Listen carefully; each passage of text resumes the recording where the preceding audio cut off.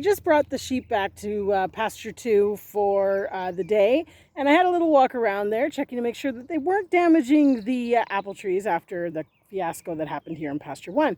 And I thought, you know what? Look at all those apples. And I thought, I'm just going to give you a little quick tour of what's happening in the orchard / pastures this year on the farm.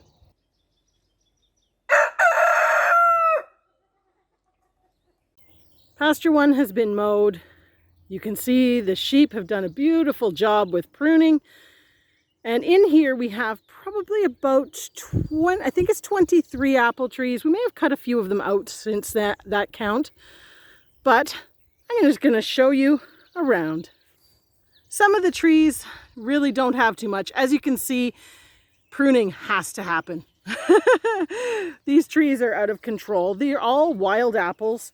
But we kind of feel that maybe they've come from the horses that used to be on this property, and that the apples were fed to the horses, and of course they pooped out the seeds, and this is what resulted. Because some of these are actually very similar to Golden Delicious, Red Delicious, that sort of thing.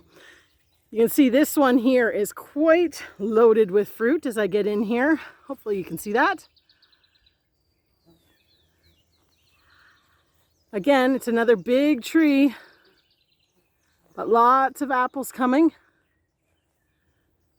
A lot of these apples get a little smaller than a fist kind of size. Oh boy, look at, I haven't even walked around this pasture, to be honest, since we mowed it, but look at that. Almost should come take some of those off because they're not going to develop very well being that close together. This part here, we've actually got 2 trees, and the one, as you can see, is doing absolutely amazing.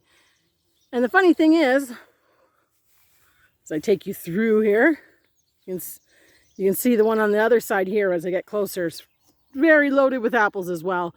These are quite small still.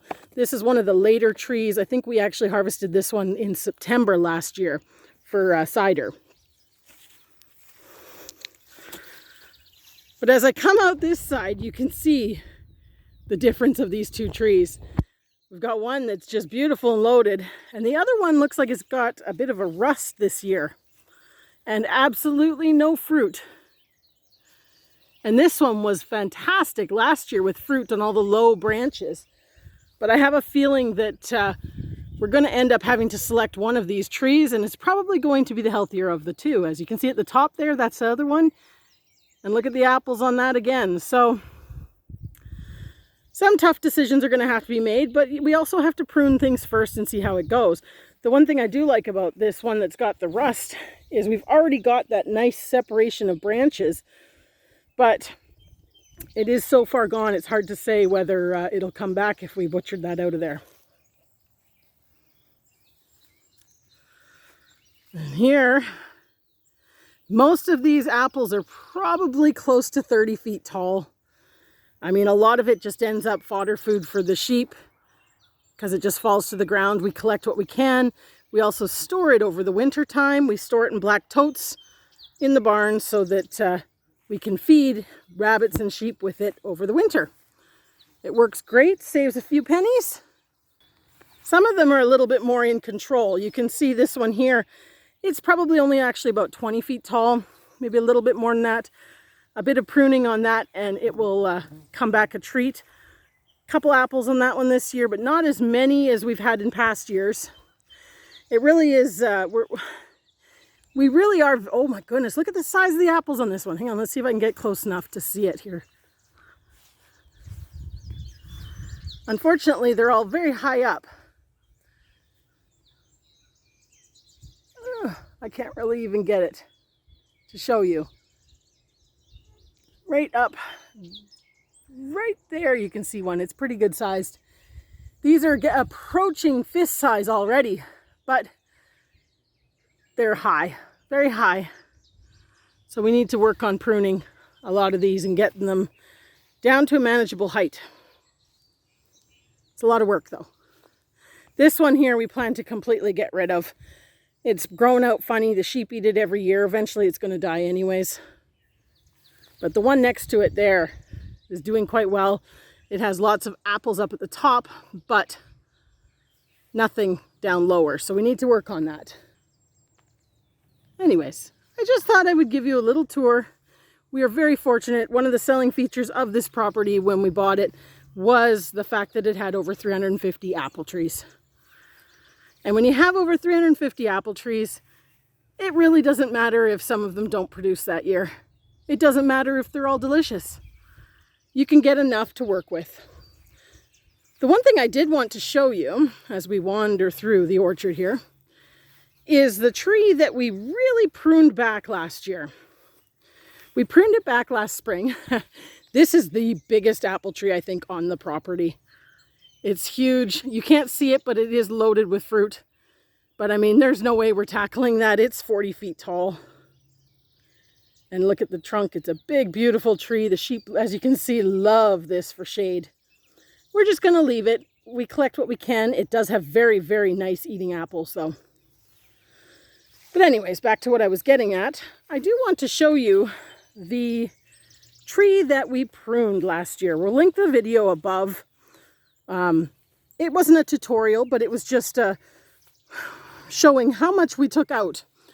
And we did that last spring, and we didn't get any fruit on it last year.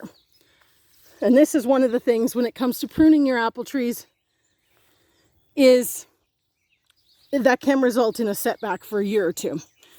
We did slightly prune these too, but you would never know it. Again, this was a 40-foot tree. We took out some of the inner branches you can see in there, but for the most part, we've left it alone. It's not a great eating tree. It's more like a crabapple tree. It makes really nice jelly and liqueur. And you know what? For that, they can fall on the ground if they want. Otherwise, the sheep eat it. But this one right here, this one had beautiful, almost like a Red Delicious or that type of tasting apple. And as you can see, we took out all the top. We were ruthless with this one. But look at the fruit set this year. So we had 1 year where it did nothing, but now it's back healthier than ever. We've got a little bit of the rust still, which we're going to have to look up a little bit on what we can do about that. Not sure if it's rust or if it's something else, but if anybody has any ideas on that. Again, with so many apple trees and all of them being wild apples, we're not super worried about it, but this is a really, really, really nice eating tree, and I'd like for it to do well. But if I show you this guy right there, you can see, and I mean, these are not going to be ready until probably at least mid-August, closer to the end of August. It will fill my palm when it is done, but beautiful, unblemished, lots of gorgeous apples on this tree. So super pleased that it bounced back so quickly after our big time pruning. You can see we still have one branch up there that goes straight up, which we probably will get rid of in the long run, but we wanted to kind of wait and see. This side here is all a manageable height with a ladder. So that's what we wanted to make sure, was that that didn't die off first, and then we'll come back and prune a bit more. But eventually we would love for all of the orchard to be pruned up like this. And then the sheep do their work on the bottom. And it is a great harmonious team.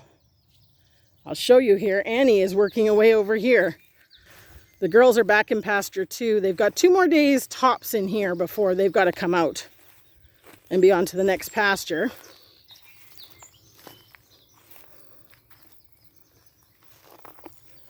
I don't want her to come over.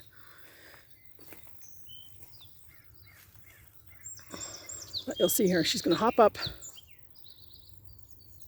There she goes, doing her pruning. And we like this because it's so much easier to get in there and get those apples, the windfall apples and things like that, when it's all cleared out underneath. And they're going to do it anyways, so we might as well let them eat it. And then we come back and we prune up. You can see this one here. We pruned off most of the dead stuff last year. A little bit every year, baby steps really. It's going to be a lifetime battle to get all these apple trees set up. But one thing I am noticing this year, no wild cherries or choke cherries or service berries, that kind of thing. There just doesn't seem to be anything. I didn't even notice blossoms on the trees, to be honest. So good thing we got lots of cherry jam last year. But stay tuned to see how apple harvest goes.